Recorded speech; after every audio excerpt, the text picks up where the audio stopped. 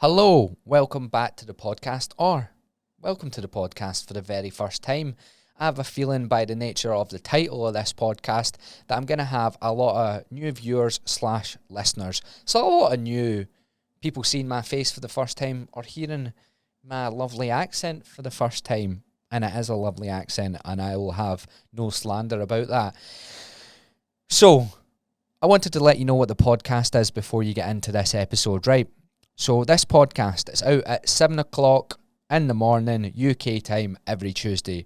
I know, and you have nothing better to be doing on a Tuesday. So get it followed, get it saved. It's going to become your new thing, right?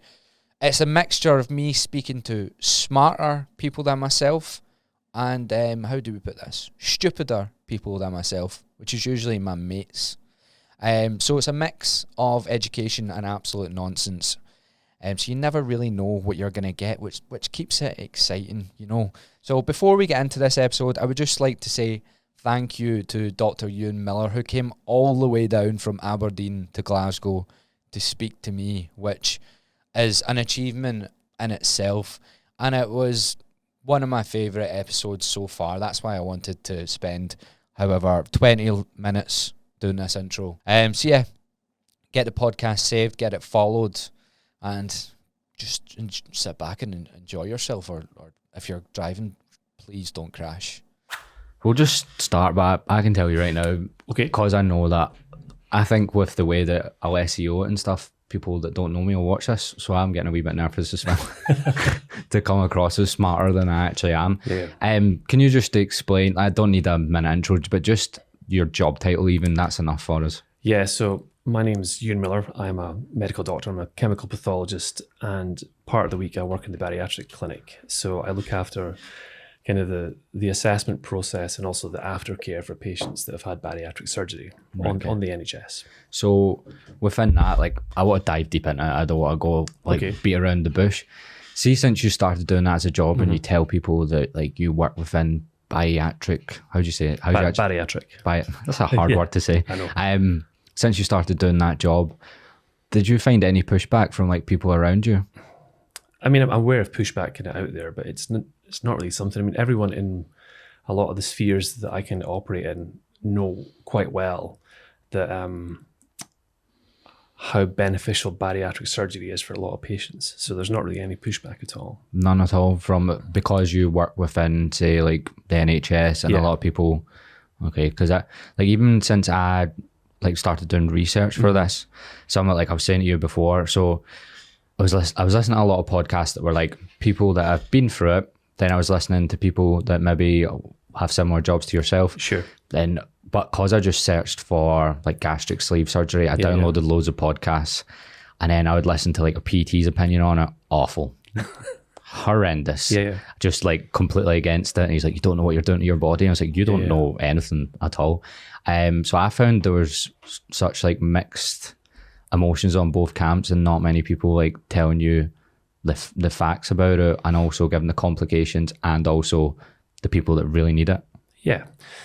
I mean, certainly in terms of weight loss that you keep off, I mean, in Sweden, they did studies over decades, and bariatric surgery is literally one of the only things that takes, say, 30% of your body weight off and keeps it off for 20 years. I mean, you'll know from your experience as a PT, I know from my own personal experience that it's easy to lose weight, or sometimes it's easy to lose weight, but keeping it off over 5 years can be tricky. You go through a crisis, something happens, and then suddenly you're back to old behavioral, old behaviors, old coping strategies, and you regain weight. So bariatric surgery, I would say, is one of the few things that the longitudinal studies show that there's evidence for keeping that weight off over 10, 20 years. What do you think the main reason for that is compared to someone that loses weight on their own? I mean, I think it's very complicated. I mean, what are you doing with bariatric surgery? So really what you're doing is, there's two things. You're changing the amount of mechanical space that's available to hold food in your stomach, and you're also creating a kind of controlled malabsorption. So both of them, there's an element of changing the kind of feedback signals between your stomach and your brain. You feel fuller quicker. And there's an element of, if you eat a certain way after bariatric surgery, you don't feel great. So that as well, you eat less, and it changes your behaviors, or we try and change the behaviors of what you eat after surgery. Okay.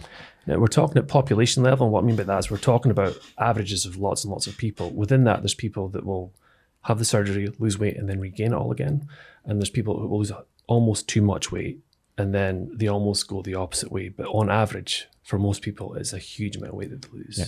Right, we'll get, because I've got so many questions just even based off of that. Okay. But we'll go, I want to figure out what the process is of someone getting that surgery, maybe within, you're just where you work, or well, obviously it's, you can only talk about what you've dealt with. So like, say someone is in it's like 35 to 50 BMI range, didn't you? Yeah. Just say they are looking to that surgery. So I watch like a lot of American ones and stuff. So the process is probably different. What does it look like for you or with you? So the kind of elephant in the room is COVID, and the way COVID and the health service has changed over the last 3 or 4 years.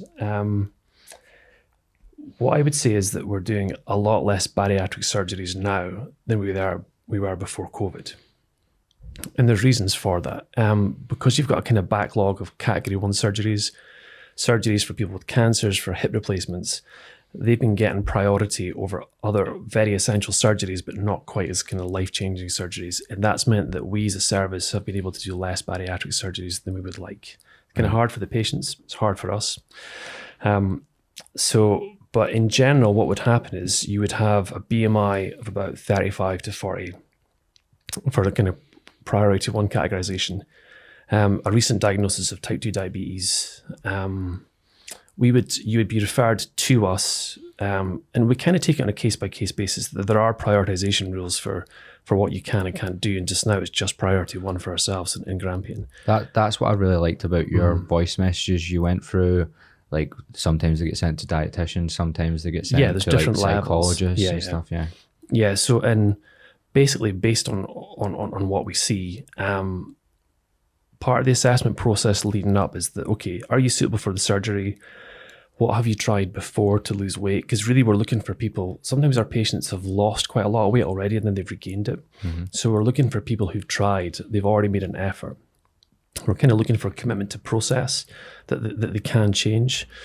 Things that are contraindications or things that might mean that you probably are less likely to be successful from the surgery and therefore like we be less inclined to do it would be things like if you had an eating disorder, if you had an active psychiatric like sort of disorder, schizophrenia, whatever, if you lacked capacity. So what we mean by that is that so that if you were to do the surgery, like that would cause other complications if they did have an eating disorder or... Yeah, the eating disorder one, that's a whole other kind of thing because there's really where does the line end between binge eating and an actual eating disorder? I think that's a lot to do with all mental health issues, isn't it? It's very like, do you hit this criteria? And then that can be vague as well. I mean, what I'd say is that like, so if you were like, if you were severely, severely depressed, if you'd been suicidal or tried to commit suicide within the last 2 years, if you were floridly psychotic, these would be all reasons, obviously, not to do the surgery, and for a lot of surgeries as well, not just ourselves. Being depressed is quite common amongst the patients that we see for surgery, and that's not an absolute contraindication, like an absolute no-no, basically. And then in terms of binge eating, like we explore that quite carefully to see like what's someone's eating patterns. Okay.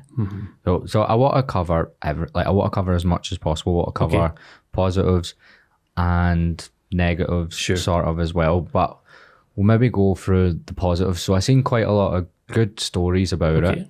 I was watching one that, like, see the American one, sometimes they're a bit far-fetched.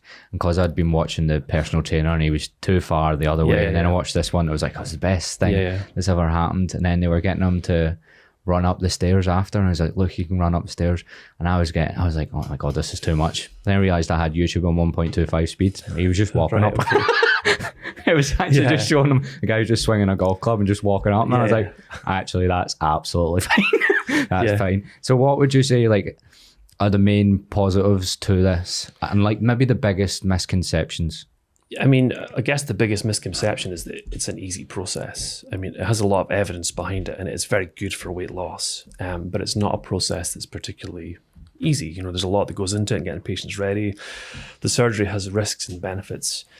I mean, if you have bariatric surgery and you lose the expected amount of weight, it can literally be life-changing.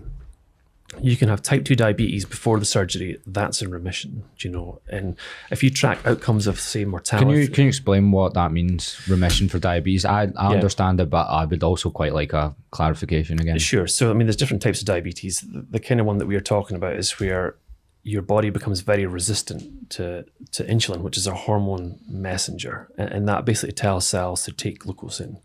And as a result, blood glucose is much higher in your kind of body. It has got all kinds of effects. It's, you know, it's that shear and force in your kidneys, it's hard in your eyes, your risk factors for cardiovascular disease increase. And we know that that's linked with kind of body weight getting higher. So, and, you know, as you get, you know, as time progresses, and if your blood sugar control is very poor, you're at risk of kind of heart attacks, amputations. There's all kind of comorbidities with that. And yet, one of the biggest ways you can treat that is by losing weight. And you don't want to say you cure it because it can come back if you regain the weight, but certainly you can put it in remission. Yeah, okay. So you've found that the surgeries tend to be in the long term as well, tend to be the most effective for weight loss. I couldn't find much studies that were like 10 years plus, if you know what I mean. Yeah. I mean, certainly, I think the Swedish studies are, I think they're certainly 10 years plus. Yeah, I mean, for sure that patients who, I mean, if you compare bariatric surgery to controls or patients that try other interventions, the numbers are stark. Like, it's just a much, much higher weight loss over that period of time. I mean, you run into kind of risks as you get older.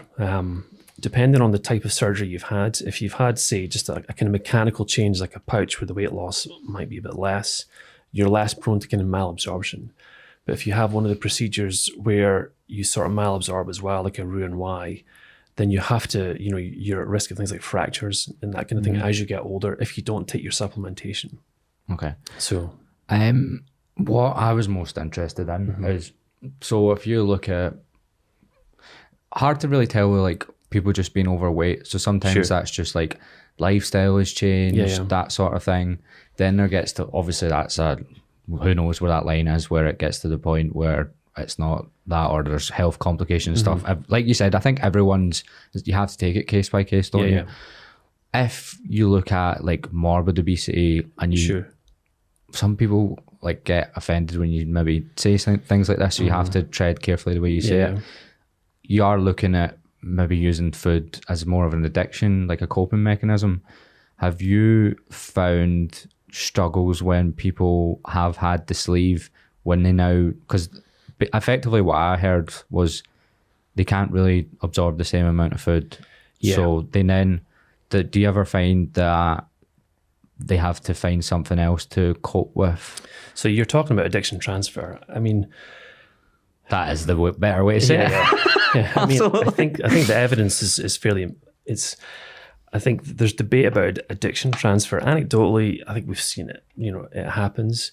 But really, one of the reasons why, I mean, pre-COVID, if you were to come to us, the procedure could be between meeting you for the first time to getting you through all the kind of preparatory classes, all the assessments. So I would say, yes, you're perfect for the pathway. You would then meet the dietitian, you'd meet the psychologist, you'd meet the surgeons. The dietitians and the psychologists would do really kind of intensive work with you to get you ready. And what they're trying to do is they're trying to correct some of those potential issues that you already have. How long will that period last? So you're talking before the surgery? Yeah, so that could be, I'm not actually sure because it's not part of the part of the pathway that I'm working in, but it's several months. It used to be several months, and it was like, I think now it's online classes post-COVID. It used to be kind of in the classroom, as it were, in the hospital. Oh, really? But yeah, it's quite intensive, and the dietitians really step up to the front. They're one of the mainstays of our service, and they're working at just kind of, you know, talking about cooking, correct eating patterns, trying to, you know, avoid kind of some of the pitfalls that people fall into. I like you told me on the voice, because you'd sent me about 10 minutes worth of voice messages. Yeah, sorry about that. I was in I was shopping when you done that, and I was like, I listened to like 10 seconds of one. I was like, this guy sent me far too much. And then you started speaking, and I was like, this is actually really interesting. Sorry about that, man. And then I went back and listened to him. I was like, I need to get this guy on. But with the education on cooking, that was one thing you mentioned in the voice message, and I think people don't realize as well, because that's help that people need a lot. And the fact that you offer that, because I think people think, oh, they just get this sleeve and then that's it, and then they've took the easy way out as well, a lot of people say, and they get no support. So even the pre-support, that's extensive, and that sounds like quite a lot. And what I would say is that we are careful in our service. I mean, I don't want to over-egg what I do here. I'm a tiny piece of this enormous kind of process that goes on, and really it's the dietitians and psychologists and surgeons that are the kind of mainstay part of this, but they do a lot of work with the patients to get them kind of ready for that. And if you're on the pathway at any point, we can say, we're not sure this is for you, and you can say, I'm not sure this is for me, once you kind of get the feel for what we're going to do. I mean, do you ever get people and take them through that education? They're like, actually, what, try this one again first? Yeah, that happens. Sometimes people lose weight through the education process to the point where they don't need bariatric surgery anymore. That's happened. That's unbelievable then, isn't it? Yeah, so it's that you would hope that would be a service that they could continue to fund. So the way it works is we've got kind of tier 2, which is kind of healthy helpings. Then there's kind of tier 3, which we don't unfortunately have in NHS Grampian anymore. I think it's around elsewhere, which is kind of intensive lifestyle intervention. We used to have it. It was run by, it was called Weight Forward. There was a great paper called Weight Forward published by my colleagues in Aberdeen, and they looked at the kind of like the longitudinal aspects of what they were doing in terms of their intervention and the kind of weight loss that the patients might get. And it was less than bariatric surgery, but when you think about it, patients to get referred to a tier 3 service in terms of the kind of body mass index they have, in terms of the comorbidities that they have, already they're primed to struggle with weight loss. So the fact that they had that weight loss was good. But we don't unfortunately have that service anymore. I think you guys might have it down here in the kind of Greater Glasgow and Clyde area. And then we have the tier 4 service, which is the bariatric service. And it's a lot of the same team that used to work in the tier 3 that are in tier 4. I know this is a lot of jargon, I'm sorry. I understand, I genuinely understand all of it. I've heard all of it, that people speak about the same things. Sure. And so it's the kind of dietetic psychology. And then sometimes, I mean, our anaesthetist is very brave. This is one of those things I'm going to be careful what I say here. But you know, there's risks to every kind of surgery. There's risks to every anaesthetic. And the heavier you are, the bigger you are, the more those risks kind of go up for all kinds of things. You know, even getting surgical access into the body cavities can be tricky the bigger you are. So the surgeons have got to put a lot of thought into the kind of procedures that they're going to do. The anaesthetist's got to plan, what are the risks here? And in terms of planning for after surgery, does this patient need an intensive care bed? There's all these kind of questions that have got to get asked. So there's lots to do in that kind of process leading up to the actual surgery. So what's your specific role then? So did they come to you first? Yeah, so myself, well, to be fair, I mean, we have a team of us and we'll all just see new patients, but they'll come and see me. And really what I'm looking for is I want a weight history. I want to see, okay, so what's happened to your weight over the last, if you're 40 years old, 40 years. I have a little bit of experience in psychiatry before I came into a current job, so I tend to go right back to early childhood. And what was that exact job role, the psychiatry job role? So I was a core trainee in psychiatry for 2 years. So I didn't specifically do eating disorders. I did general adult and old age psychiatry. Oh, yeah. And then I came back into chemical pathology after that. Cool. And I've been there 5 years. So you go in early childhood. Just so you know, Paul was my therapist. We just finished up. So like I love all of this talk, if you know what I mean. As in, I'm so interested in all of it. Sure. So you go back to childhood. Yeah. Do you find a lot of the times like a lot of the problems stem from there, or how often? For sure. I mean, well, firstly, poverty is a huge predictor of what your BMI is going to be later on. And when you say poverty, do you mean because if you're in poverty, you're more likely to have had trauma? Or do you mean literally just having less money to afford? Both. I think both are true. I mean, you look for kind of, just off the top of my head, things you would look for are, who's in the household with you, like from a very early age? How many siblings do you have? How do you get on with your siblings? Are you from a stable? Do you have one person that you've kind of bonded with? Is there other people that were floating in and about your life from the kind of very early age? How did you get on in primary school? How did you get on in high school? What was your eating patterns through these times? Was food a reward for you? Was it withheld for you as punishment? Were you told to eat your food no matter what? Like, were you told that you must eat your entire plate? What was the BMI of your relatives? These are all questions about how your relationship with food through your kind of formative years growing up. Okay. Just so that it maybe helps to like give people personal things as well. So the next podcast I'm going to upload after this one, sure, I'm doing, because I've went through therapy, I'm doing one just out my experience from therapy, but I kept on looking back through my childhood. So sure, I never got to, I wonder if when I was fit, so I got to about 14 or 15, I got up to about 50, over 15 stone. I remember weighing in it when I was like 14, I was like, that's really heavy. Sure. And then I lived with my mum from 4 to 18 after my mum and dad broke up, and me and my mum had a pretty dodgy relationship. We didn't get on at all. Sure. My mum suffered a lot from, she had anorexia. Right, okay. I'm like almost certain she's schizophrenic now, but she won't get checked. She has elements of psychosis. It's very difficult. If you look up the symptoms, but again, I can't get her to go. But if I look at my childhood, I kept on getting bigger, and it's hard to remember your childhood for a start, but I do think whenever we used to fall out, because she used to maybe like gaslight me or whatever, and I would make my own food and stuff, and I'm pretty sure I coped with more food.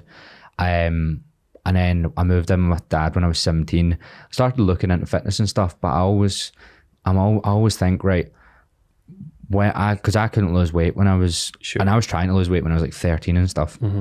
Then when I got to 18, I moved in with my dad, and it was a much more stable environment. I'm like, did that actually give me, like, although I educated myself, did that give me a stable platform to be able to do it as well? Do you know what I mean? Yeah. So that's why I find what you're talking about so interesting as well, in terms of the childhood stuff.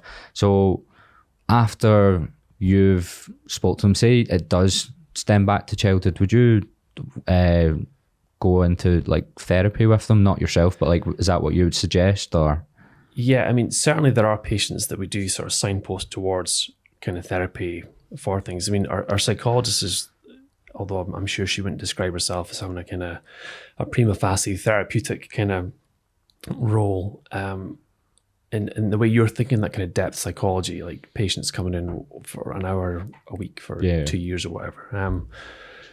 But certainly there are patients that we would certainly signpost kind of towards therapy for that. Although again, resources are the kind of issue here that like, so for example, what I was going to say, you're probably like in an ideal world we would, but yeah, I mean,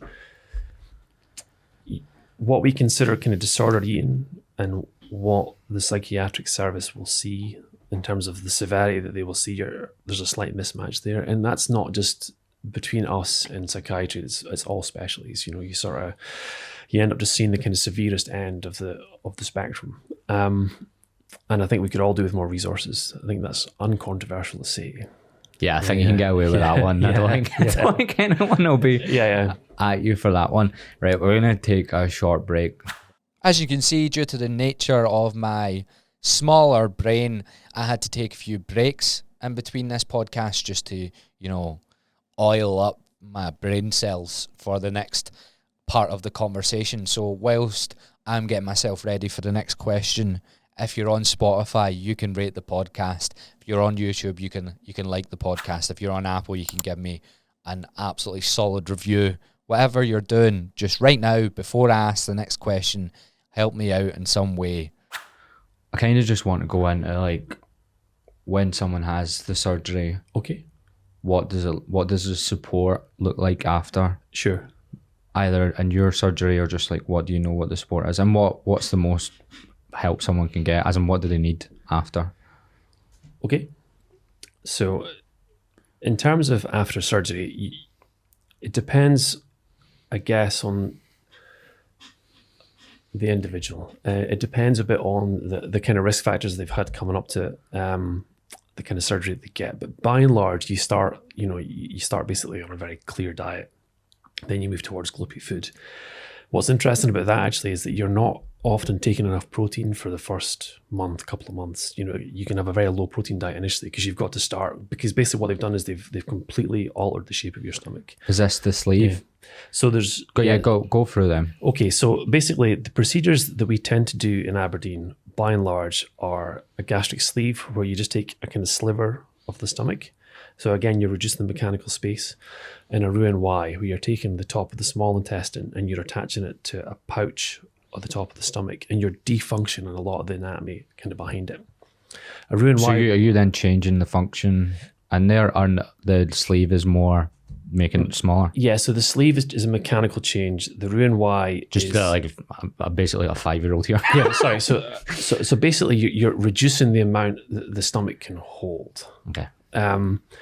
Whereas a Roux-en-Y, you've also got to be careful with the kind of speed that you can consume things, because what happens is if you dump too much sugar into the top of your small intestine post a Roux-en-Y surgery, that your sugar levels will shoot up, your insulin which is the hormone mechanism that tells your cells to take sugar in, will spike as well, and then you'll drop your blood sugars way too low, which causes hypoglycemia. You do that too often, you start to lose your awareness of it. And also, there's some evidence that if you have a lot of these kind of what's called dumping syndrome, if you have a lot of episodes of dumping syndrome, you're more likely to want to graze as well. It changes those kind of mechanisms for eating as well. So so patients who have a significant amount of dumping syndrome, that's often correlated with more grazing-like behavior. Okay. So the other one you're probably familiar with is gastric band. That's kind of fallen out of favor a little bit in terms of where I work, because a band basically, it can slip, it can erode. You have to get it filled, so basically a nurse will inject through the skin and either deflate it or inflate it. They'll have to adjust it, and the weight loss isn't often as good with a band. So that's not as favoured as much. Yeah, that seemed to be like globally from what I was listening to as well. So what does a patient's diet usually look like? Say even like from month 1 to 6. Yeah, so basically you start on very minimal, and it's sort of almost clear. Then it goes very gloopy and soft for a few weeks after that, and then but even once you're a month out, once you're eating again, you're eating far smaller portions and far less, and you need to not eat things that are going to spike your sugar really fast. So that's part of the education process. The way that you're going to have to think about eating is going to change post-surgery. You're not going to be able to eat tons and tons and tons of, Cheetos or whatever your poison is, basically. Mm. And you do get some patients who, for whatever reason, will often try and almost bypass the bypass. Like they'll do things like they'll take lots of liquid calories and in that way to get that kind of, I guess, that sugar hit or whatever. And those like almost like a craving for like a dopamine spike. Or... Yeah. I mean, there's what's called head hunger, I guess, but it's just this idea that separating out what are these kind of these cravings for behaviors that you get. That tends to occur much later in the process. Sorry, man. But that's me. Yeah. Sorry. Yeah, that's right. So the kind of cravings that you get from what's actually a kind of physical hunger craving. So when you have the surgery, you tend to lose over the first year a huge amount of weight. I said in the Swedish trials, you were looking at 35%. And then you have this kind of honeymoon period. Then you tip up a bit and then you kind of flatline. And that's where you stay for years and years and years. And patients often get a bit concerned when they start to regain weight after about a year. And they sort of worry about that. But by and large, from our experience on average, it kind of tapers out. It's the same worry that people have when they naturally lose weight as well, isn't it? You reverse dieting. I always explain it to, like, if I just, in the perfect scenario, get a client to lose weight, just say it's like more substantial, just say it's like, whatever, 20 kilos. Sure. I always tell them, like, accept like between 4 and 8 kilos on after the year. And if you have to diet for like 4 weeks once a year after that, to lose that, that would be like I'm like, that's a perfect scenario. Sure. Like, as in you can't get better than that. So like, expect to put it on so that they don't berate themselves, if you know what I mean. Yeah. That's what I tend to find. What I found, one of the things, sorry to interrupt, but one of the things I really liked about some of your Instagram clips was when your thing where you say stop focusing on the 12-week change. Yeah. Lift weights just for the next 5 months, all I want you to do is lift weights, or however long you kind of recommend it for. And that reminds me a little bit of when I never worked in an eating disorder service, but I worked adjacent to it. And one of the advice that I heard from one of the therapists there for their patients who were eating huge quantities, so these were bulimic patients that were eating huge quantities of food, was, look, don't get out the binge purge cycle. Don't sweat about that. Just make sure and have 3 meals a day. We can worry about the kind of all the other stuff later on, but just get that set in place. Yeah. And then after that, we can then worry about the kind of 15 packets of Doritos or whatever you're having at night. And that reminded me of what you were doing. Yeah, well, I've really thought, like, I really think about everything and if it's in terms of fitness and weight loss, sometimes I just put something out. That's just me. Just me being weird. But when I always think, what's the impact it's going to have on someone? So I try to think about less, especially now, try to think about less about growing stuff. And more about what does this actually impact someone. That's what my podcasts were. And then I was like, this is working with my clients where I get them to just tell them to focus on lifting above everything else. And then because if anyone is going to lose weight without going to surgery, they're going to have to change their lifestyle. Like that's why I put my own story out there. It's like, ever since I've lost weight, I've never went like two weeks without weighing myself. I have to be constantly, like, at least I'm not obsessed with it, but like I'm constantly keeping myself accountable somewhat, and that's like 10 plus years I've done that. And people can be put off by that, but I'm like, it's so worth it. Like, the trade-off is so worth it for me. And the reason I say lifting weights is because that will have a snowball effect onto you. If you don't do it at the start, you want to naturally, like, if you see a bit of progress, you're like, oh, how can I get a wee bit more progress? Oh, eat a wee bit more protein. Oh, sleep a little bit more. And then if you start gradually fixing other things, that's the way I look at it. And also tend to find people feel terrible when they've gained weight, or they gain weight because they feel terrible. So that's like a stepping stone to like doing something for themselves to make themselves feel better. That's the way I look at it. I've like thought about it pretty deeply. And I think as well that like I was looking at a paper just on the way down that was looking at patients who weightlifted after bariatric surgery, because one of the worries with it is kind of lean body mass loss as well as fat loss in the kind of year afterwards, because patients lose a huge amount of weight. And so it is interesting, and I'm not sure the research out there, certainly what I've come across, isn't perhaps as extensive as we would like, but certainly lifting does seem to be something that I know it seems like such an obvious thing to say, but lifting post-surgery absolutely helps maintain that kind of lean muscle mass. How long after surgery? So that is a good question, and I'm not actually sure. Certainly, I would be asking the surgeons about that before, because you don't want to increase intra-abdominal pressure. You don't want to cause any hernias. So certainly, it's obviously you would want the okay from the surgeons before you start to do that. But that's certainly kind of. That strength training does definitely help preserve some lean muscle mass. See, like obesity and morbid obesity, as a personal trainer, I'm out my depth, especially with morbid obesity. And that's why I sort of transitioned away from, that's why I was doing way more fitnessy content rather than weight loss. Because even though weight loss is a broad spectrum and there's plenty of people that are maybe nowhere near needing surgery that would benefit from all of the weight loss advice, like even people that are like pre-diabetic or diabetic that aren't that heavy that can benefit from it. Like you start finding that you're attracting people that like maybe it's way more complicated and you're going out with qualifications. That's why I was like, I need to transition out of this because I'm getting too many messages off people that I even feel uncomfortable trying to help because I might say something that doesn't help them at all. Do you get what I mean? And what kind of concerns are they raising? Mostly eating disorders. Right, okay.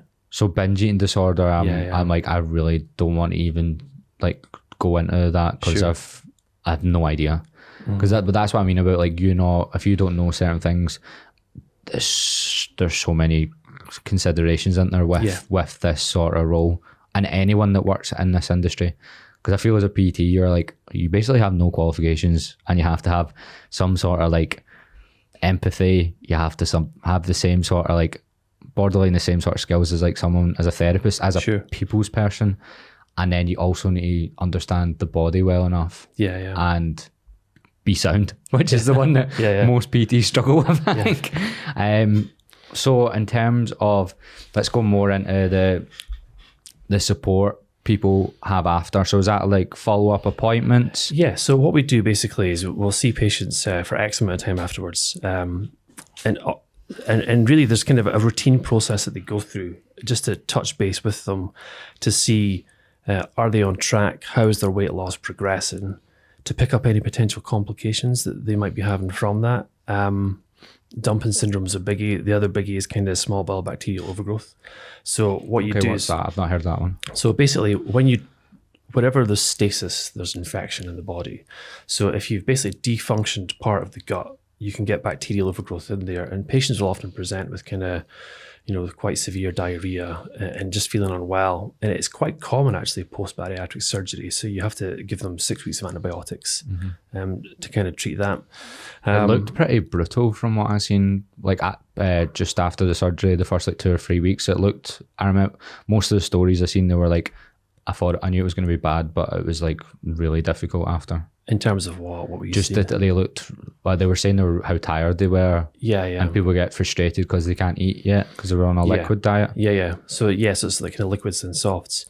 And that will take, that's a huge change. It's a huge change for you or I to be told that basically, and it's one of the interesting things about looking after patients post-bariatric surgery is all the things that you worry about in regards to, are they over-fixating on food? Are they worried about their body image? These are things that you almost expect from bariatric patients because you're doing this to them, so you're going to physically change the body and you're telling them, right, you need to be very, very careful kind of what you're eating and in the process afterwards. But often within 2-3 months, they're back on track in terms of that kind of tiredness. But for some surgeries, for example, for the Roux-en-Y, for all surgeries, but particularly the malabsorptive surgeries, they're going to be on supplementation for the rest of their life. So you're going to have to supplement vitamin D, calcium. This is because you simply can't eat enough food to get all the different nutrients you need. So you're basically you've got less sort of surface area of the gut to absorb. It's actually so you're changing you're changing the kind of absorptive area that's there. I thought it was because you couldn't get enough in, so it's more that you don't have enough area that absorbs all the nutrients. For some of the surgeries that you're doing, they're particularly prone to malabsorption, and so for like Roux-en-Y, that they can be prone to bone fractures. So basically, you have to. So for all our patients, they'll get regular B12 injections every 3 months or thereabouts. We'll monitor their bloods at least for the first couple of years to make sure like they're not. We'll do all the kind of standard bloods, but then the trace elements as well, copper, zinc, selenium, just to make sure that they're all okay. And they'll be on prescribed supplements from the GP, which will include vitamin D, as we mentioned, Forceval, B12, iron supplementation, and they have to stay on that for the rest of their life. Yeah, okay. So those are complications that people need to be educated on before they have it. And you need to be aware. I mean, do you think people can fully consider all of that before they get it, or sometimes it is a bit like, oh, bang, I've actually done this? No, I mean, I think that certainly in the way we work, they get that period of time beforehand where it's all explained to them. And I mean, one of the things is if your BMI is 50 and you've tried everything and it's not worked, you will often, that you're desperate for something to kind of get the weight off because you've been living with obesity all your life. You're very aware of the fact that your BMI is that high. So certainly, there will be an element of adjusting to the realities post-surgery, but it's one of the things that we kind of look for and we try and educate patients about before that they go into it. Right. Mm-hmm. So what I'm going to ask you is going to be more like your personal opinion. Right, okay. So I'm just interested to see what because when I was doing this or listening to other people, I found like people who maybe work within job roles that were on podcasts and were obese, they were very much like anti-diet, and they would say things like dieting full stop doesn't work, or they were like any like lifestyle changes aren't possible, and they use like really like terms that were like no, do you know what I mean? Right, okay, then on the other side, the personal trainers that were just completely uneducated, they were like, people have it within them to change everything. And they were like, are you saying that someone's brain doesn't work enough for them to make changes? And I was like, that's also like completely, there's no balance in between. More so from the negative side, what would you say to maybe support surgery in terms of like maybe looking at someone that, how would you tell someone that is really thinks it's an easy way out, or like it's an easy way, it's a cop out for someone with morbid obesity? Like, how would you say, look, this person needs this, if you know what I mean? Yeah, I mean, I understand what you're saying, and you know, I guess you have to separate out the facts of the matter in regards to the risks of being morbidly obese from the value judgment, you know, and it's that we're trying not to make any judgments about people who are doing that. What I would say is that bariatric surgery is safe, it's effective. I would say that it's not an easy option by any means. There are complications you have to be aware of. I think that the mortality rate is, what was it, 0.2% or something. So it's significant enough. That's confounded by the fact that the higher your BMI is, if your BMI is 50, 60, 70, the chances of you having a heart attack or something are much, much higher anyway. So there's always risks. So the risks. But those mortality rates have came massively down, haven't they? I read quite a lot. There was like the first ones, maybe a different type of surgery. It was like 20% it started. Yeah. So yeah, I mean, it's, and they used to sew people's jaw. Yeah, well, we don't do that. I have clients that just sew my jaw. Yeah, no, because then they'd find ways of straws to sort of. Yeah, well, that's what they said. They said none of it worked. Yeah, I mean, certainly the population you're dealing with is already risky in terms of both the surgery and the outcomes that they would have 5 to 10, 20 years later if they didn't have the surgery in the first place. So there's risks with kind of being that BMI as well as risks from getting the surgery. And the two, I believe, cancel each other out, if that makes sense. But there are risks. There are risks getting the surgery done. There's risks after the surgery. There are things that we've talked about, like dumping syndrome, like small bowel bacteria overgrowth. You can get internal herniation as well. Sometimes people can get loops of gut stuck inside. Yeah, explain that one and explain the fractures, because you voice messaged me about the fractures as well and why that happens. Yeah, so basically, again, with the caveat, I'm not a surgeon, that what happens is that you've basically created this new anatomical space inside a person that didn't exist before.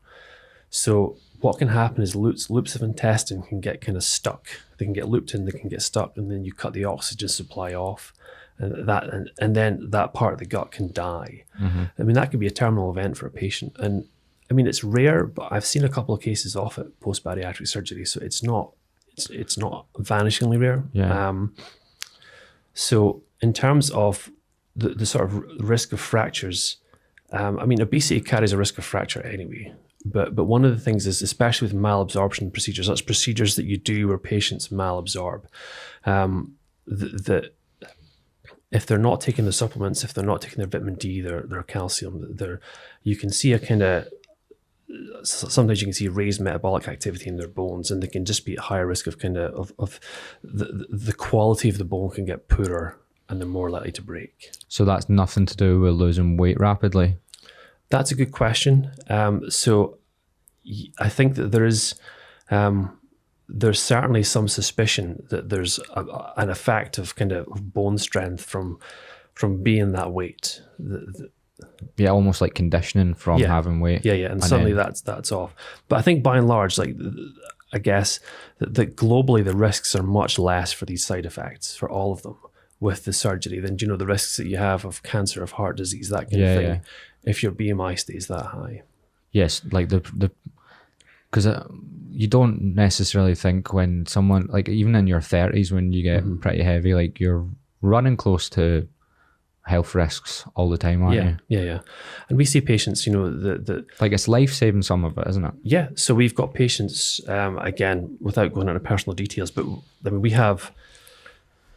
I mean, our waiting list post-COVID is very large, as it will be for every place in the country. But there are patients who need the surgery because they need other surgeries as well, whether that's internal hernias, whether that's like joint replacements often as well. That there's that before they can get these surgeries, they need to get the weight off for it. So there's also there's a medical benefit to doing these surgeries to get other surgeries that will help you become more mobile or correct X, Y, and Z. So I think the first thing I seen you reply where I seen what your job was, someone had asked me, do I think personal trainers can lower the rates of obesity? I don't know if you remember that. It's an interesting question. So someone was like, because quite a lot of personal trainers are getting loads and loads of views, and they were like, do you think that can impact the obesity rates? And I'm quite cynical. I mean, I'm a Glaswegian. I would say no. So that's exactly, mine was more about absolutely not. Mine is a hard no. What do you think is because you work in that field, what do you think is contributing to the rising numbers of obesity the most? Because some people are like laziness, and I was like, we've not just randomly got lazier over the last like 30 years. I mean, none of the answers I have to this will be particularly particularly new. I'd say that certainly amongst people who, and remember Jack Monroe. Have you come across Jack Monroe? No. It's one of the writers. Let's come back to Jack Monroe. The reason is I'm going to have to check their pronouns before I mention on camera what the pronouns are. Cool. So Jack Monroe said something really profound where they said that if you don't have a lot of money and you've got a child and you want to reward them, then one of the things you can do is give them sweets. You can give them, it's a way to reward. You see them excited, you see them happy, you've rewarded them. And it's, if you don't have a lot of money and don't have access to a lot, that's one kind of way to do a kind of reward or withholding for punishment that may not be the case, if you had more money for PlayStation games or whatever. That's a tiny microcosm of it. But I think certainly when you look at the preponderance of kind of calorie dense foods that are available that are cheaper than good food choices, like I know I sound like a wanker when I'm saying that, but but that sort of the fact that, and if you've got food insecurity, if you're living paycheck to paycheck, and then you've got, which most of this country is, you've got McDonald's in the street that's doing, I don't know what the cheapest burger at McDonald's is these days, but it's the access to that kind of food, that kind of really not great high calorie food, and there'll be an education component there as well. I think class for sure has a big thing to do with it, and the economic conditions of the country, and just the general instability that people have growing up.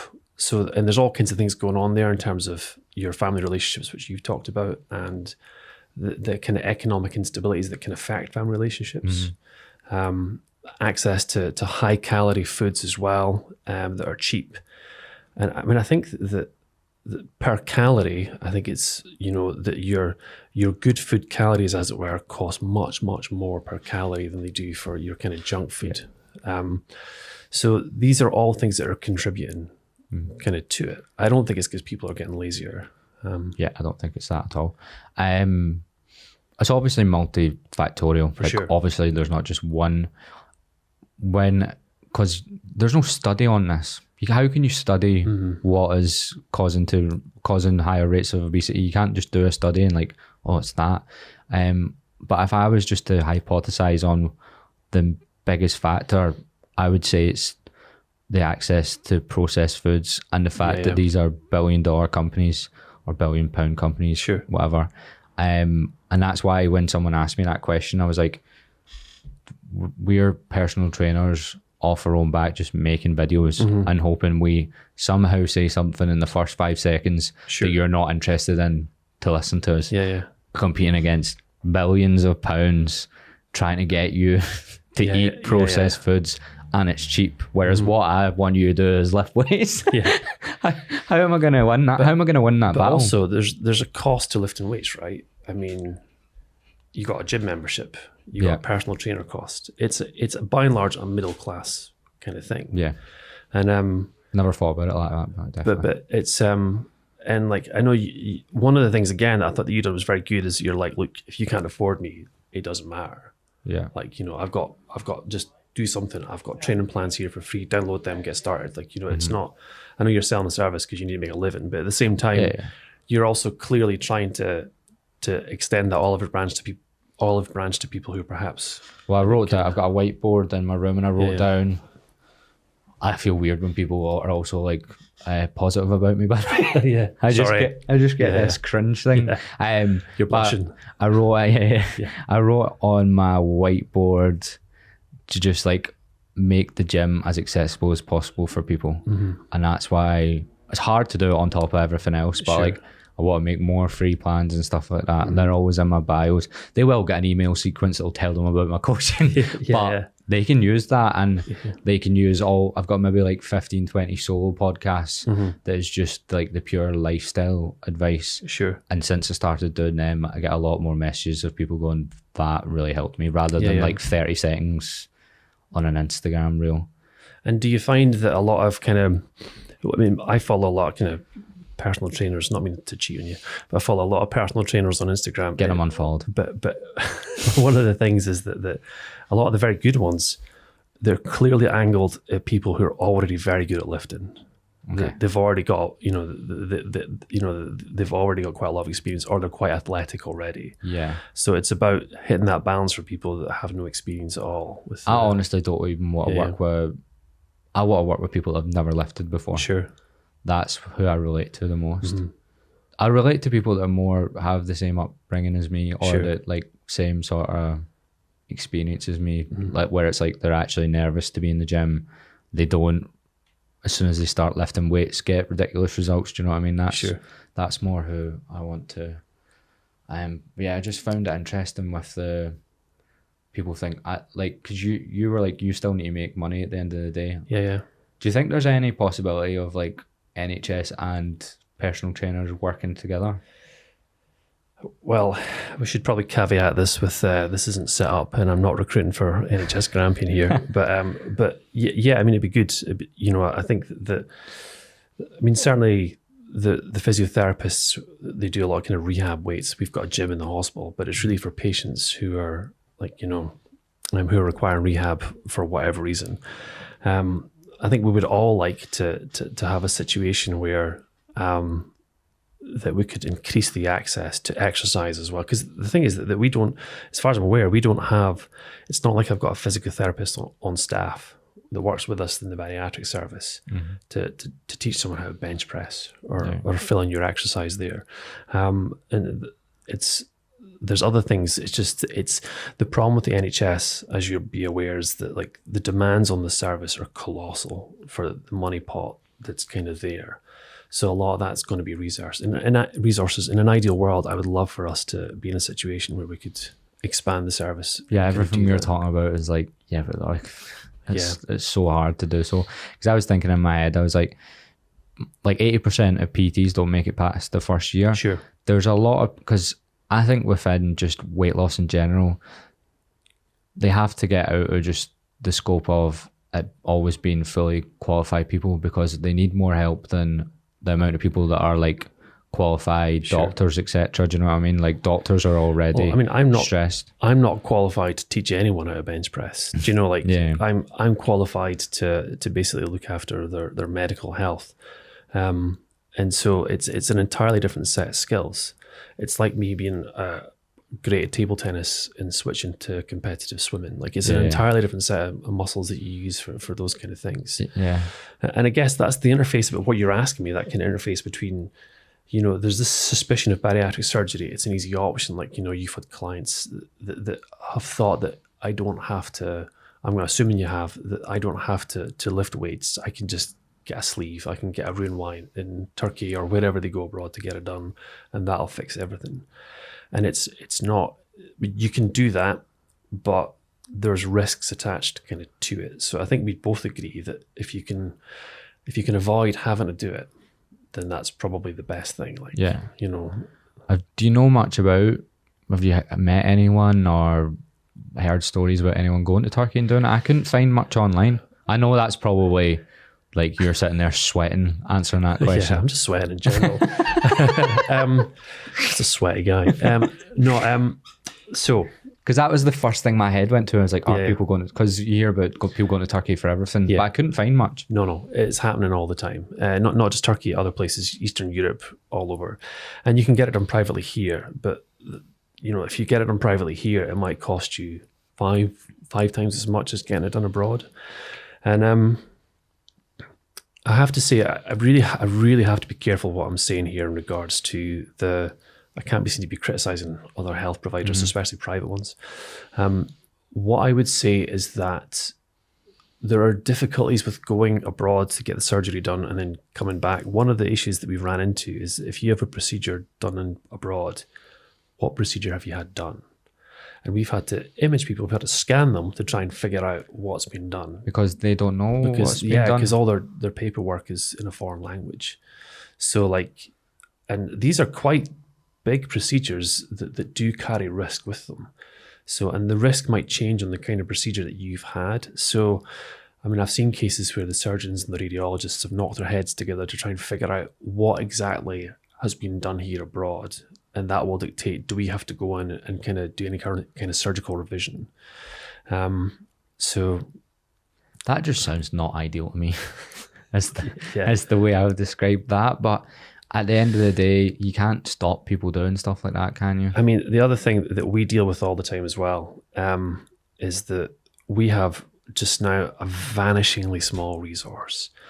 And the amount of surgeries we are doing just now is minuscule compared to what we were doing 5 years ago, post-COVID. Do you think that will increase again? We want it to. I mean, we've got a huge waiting list just now. And we've got loads of patients who are very deserving of the surgery. And these are patients that probably wouldn't cross the threshold of your gym because of everything else they've got going on in terms of their health.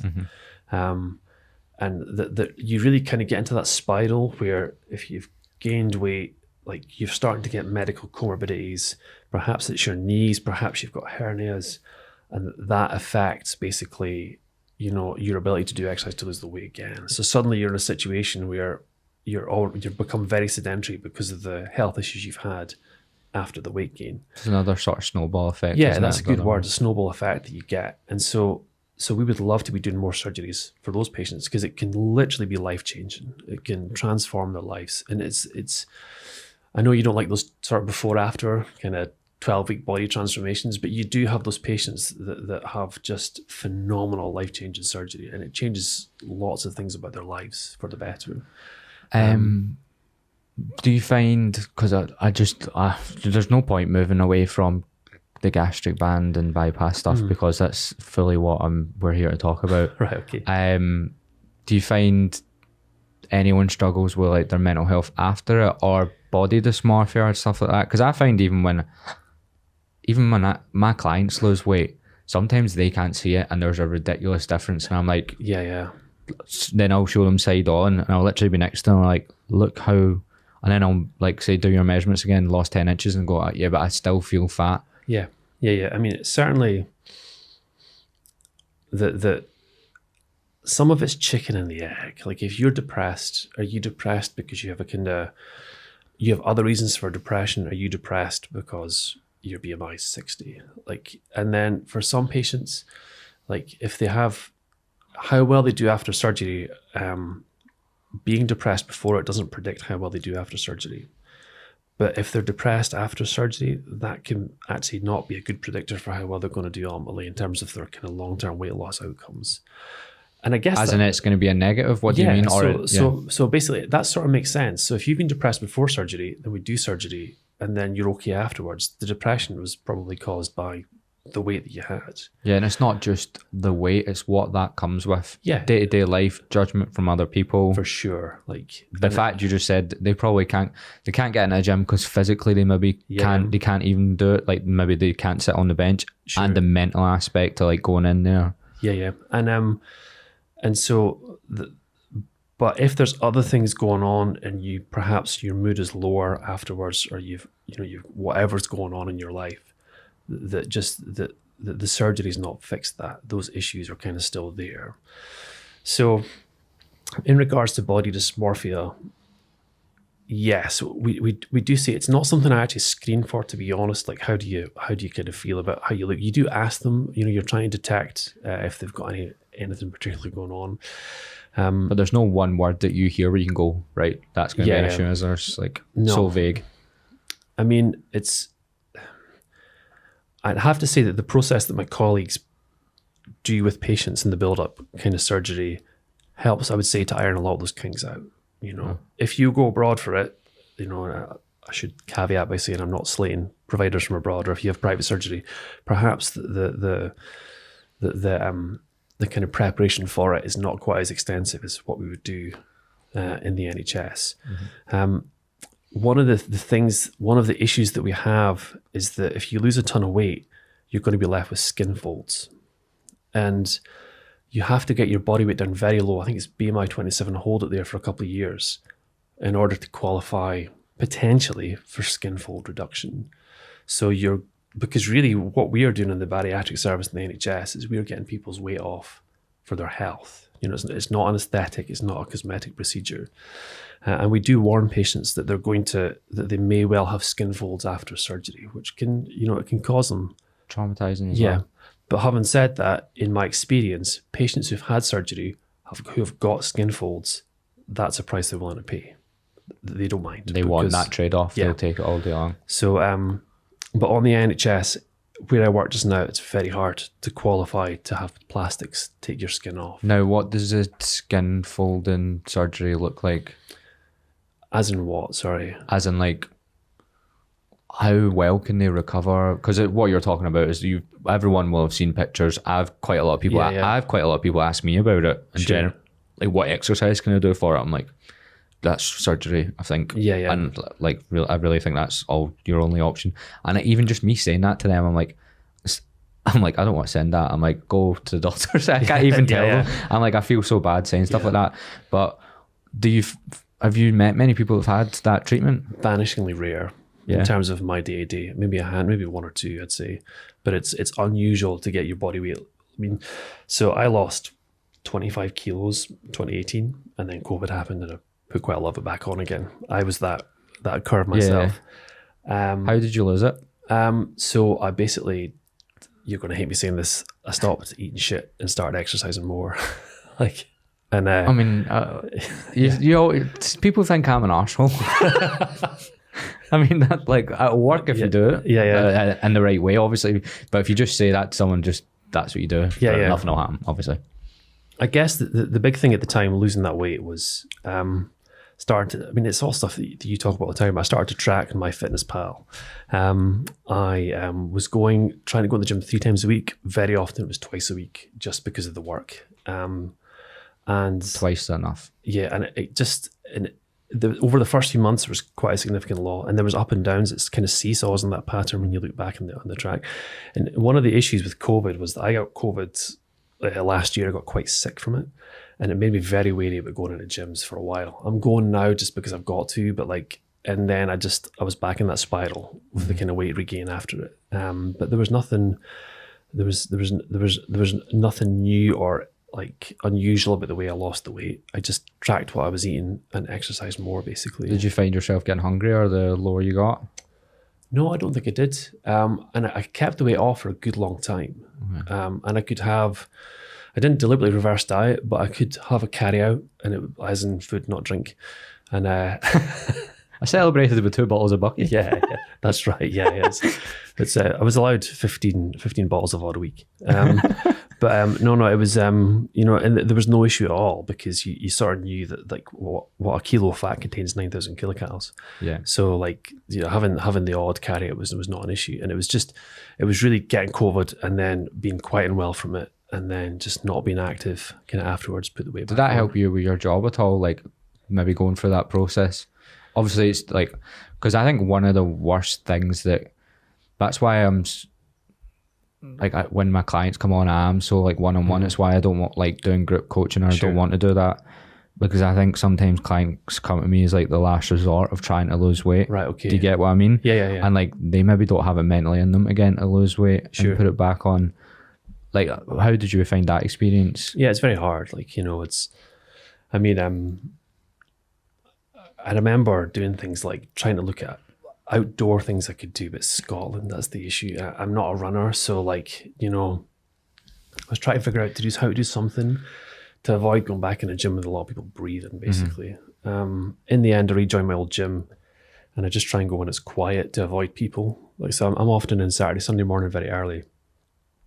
And in terms of how that affected my my experience, I mean, like, I know how hard it is, and I know how easy it is to put it back on again, because I've done it. I am, as I said, I am the curve of someone that's lost it, then over 5 years has kind of regained it all again. And I'm 6'4", so I hide it to a point. But my original point was, even when I lost that weight, when I lost 25 kilos, my BMI was still above the point where I would qualify for skin fold surgery. Really? Like, even with all that weight loss. What was it, 27? Yeah, I think it's and I was down to about just over 27. So I'm over that just now. Yeah, but you know, it's hard. Like, it's hard to get and to say to patients whose BMI was 40 or 50, right, you got to get down to this point and keep your weight off for this amount of years in order to qualify for it. Why is it that rule? I'm not sure. It's because that sounds pretty like as if it's cancels out so many people that could benefit from it. So again, that's the plastic surgery department, and this is not an informed opinion. This is just my own guesswork, basically, for any plastic surgeons that are listening. Don't worry, that's been all my opinion so far. Yeah. So what I'd say, I suspect, I mean, what do plastic surgeons do? Like burns, they do breast reconstruction post-surgery. Like they have a lot of things to deal with on the NHS, like really quite severe, it's a really highly specialized field. So I think they probably want to see that a patient will benefit from the skin fold surgery, that it's not going to be a case where they take it off and then someone regains all that kind of weight again. But I'm not sure. That's not a definitive opinion. That's just me thinking through the kind of things that plastics do mainly in their day-to-day. So you reckon it's also so that there's more, do you think there's more important work to be done? Is that what you mean? Yeah, well, I mean, more important. Like just like how there's less surgeries for obesity because of cancer surgeries and stuff. Yeah, that'd be my guess. I would suspect that I mean, they do such worthy work, plastic surgeons, you know, and even in like breast reconstruction post-cancer alone, like, you know, it's tremendous work that those guys do. So, and there's not that many highly qualified plastic surgeons floating about. Like, you know, our plastic surgery department, I think, is a lot smaller than, say, our general surgery department. And again, I'm not a surgeon, but that'd be my guess for them. Fair enough. Right, we'll take one more break. Do you want to ask about GLP-1s, like the drug, the weight loss drug saxenda? Oh, right. Okay. Yeah. Let's cover that before we finish, because that's a new craze, isn't it? And people probably need to be educated on it. So those are drugs that basically are GLP-1 agonists. So they do several things. One of the things that they do is they make your your pancreas produce more insulin. Insulin being the hormone that tells your cells to take up glucose. Now, normally things like insulin itself, if you were to inject insulin, it will cause weight gain. But because the other thing they do is that they delay gastric emptying and they make you feel fuller because you've got receptors in your hypothalamus and your brainstem, that you feel fuller faster. And so the global effect is you eat less, you have more satiety, and therefore you can see a pretty marked weight loss over a period of time. Now, so that's more altering hormones than anything? Yeah. So just by any sort of research I've done, when you alter one hormone, there's always sort of knock-on effects? Well, I mean, there are side effects or potential risks as they are with any meds. I mean, on the NHS, so basically what's going to happen like, are you pro this drug, would you say? Well, certainly we're going to use it. We're hoping to use it in the bariatric service, or either in ourselves or perhaps a tier 3 service if we were to get one back. So there's going to be some limitations. It's only going to be for 2 years. One of the issues is that after 2 years, you'll regain the weight when you stop it, because that's what happens when you stop the drug.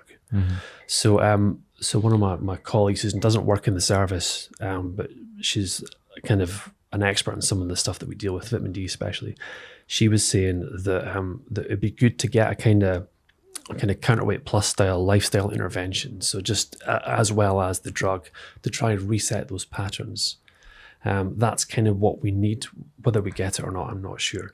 So, I mean, the drugs... What would that look like? So the counter lifestyle? Yeah, so just the example was counter weight plus, but basically... Just a program. Yeah, a program to help try and educate patients to change, to sort of alter those behavioral patterns so that you can change those lifestyle or those behaviors that you have, so that once you stop the drug, you're not flipping back to where you were before.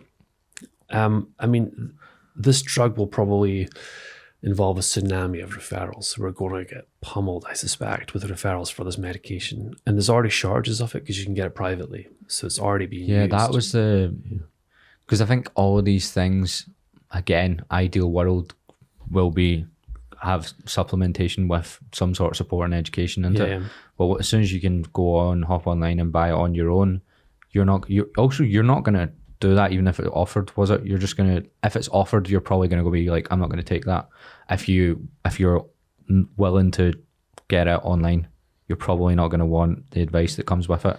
Yeah. I mean, part of that will be able to afford it if you're buying it online, because it is quite expensive, I think. How much is it? I think it's a couple £100. It's private prescriptions are quite expensive per month. And is this, when you take it, how long are you meant to take it for?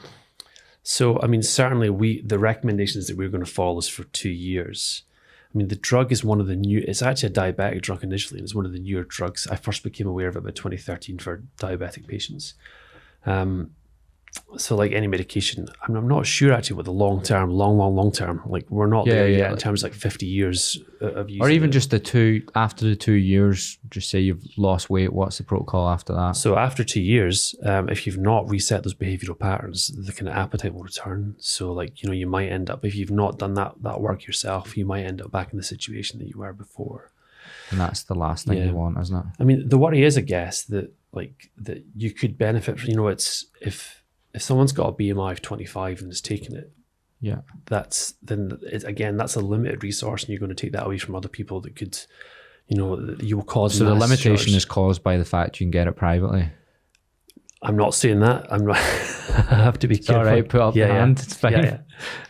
Don't put things in my mouth. there's certainly I believe a shortage in at least one of those drugs, and I couldn't comment on the causes for that, but there's certainly.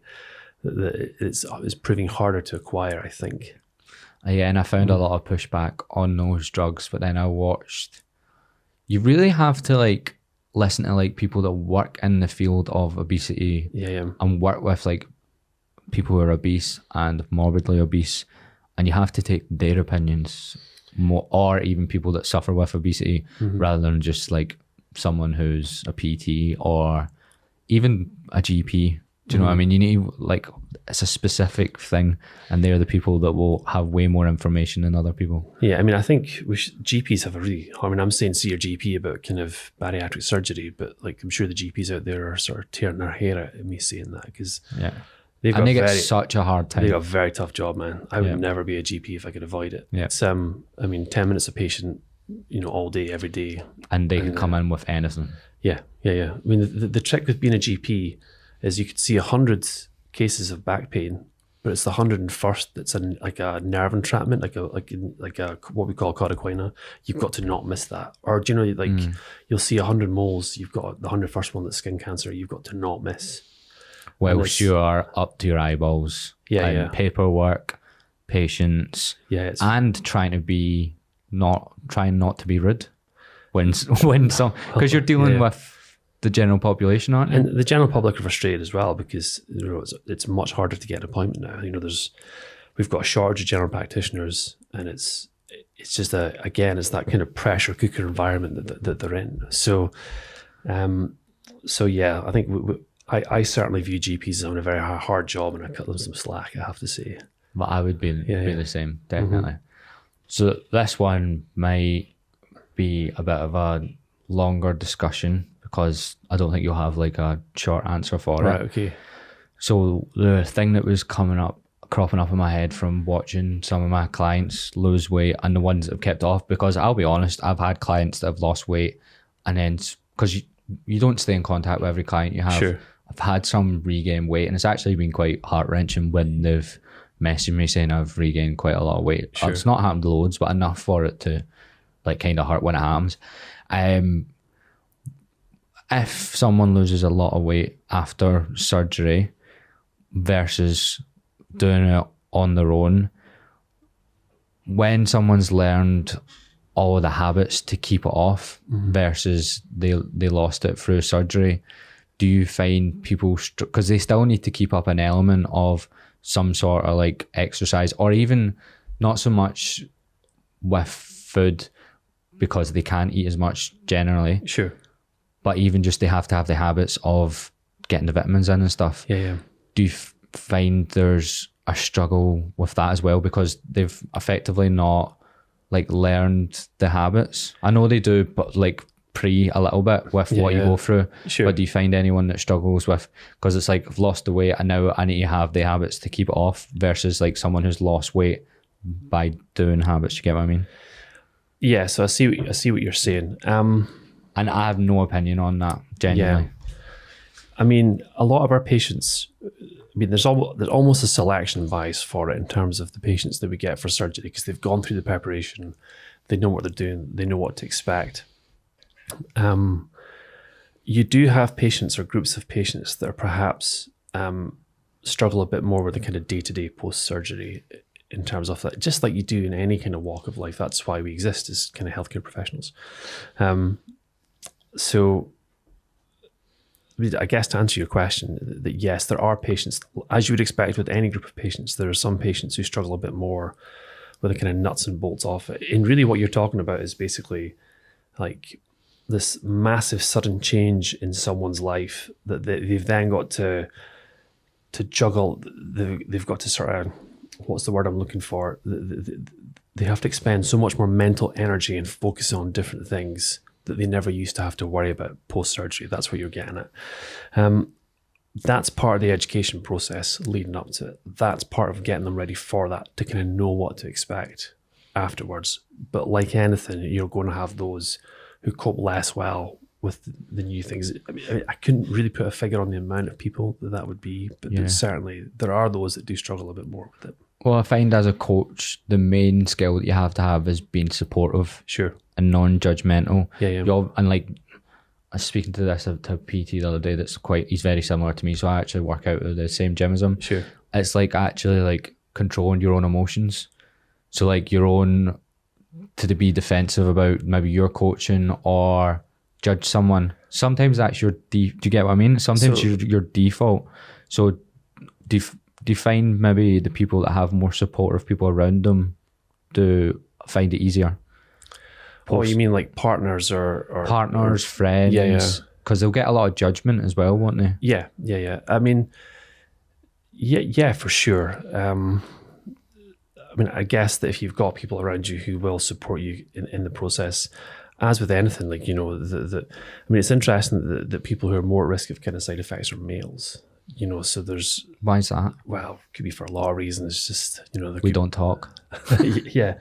But I think that yeah, for sure, that if you've got a supportive family network, and if you're in part of a program after surgery where you are being followed up by the dietitians, by the psychologists, if you're there, that provides that kind of stability and that structure over the 24-month period that we follow patients up for, that allows them to get that kind of set in place. So you were asking earlier about follow-up. So the follow-up is 3 months, 6 months, 12 months, 18 months, 24 months post-surgery. They'll see the surgeons right away within about 6 weeks, and then they'll have a psychology appointment at 1 year. But otherwise, we follow them over that time period. So they've got quite an extensive, of which again I'm a small part of, quite an extensive kind of follow-up period after the surgery.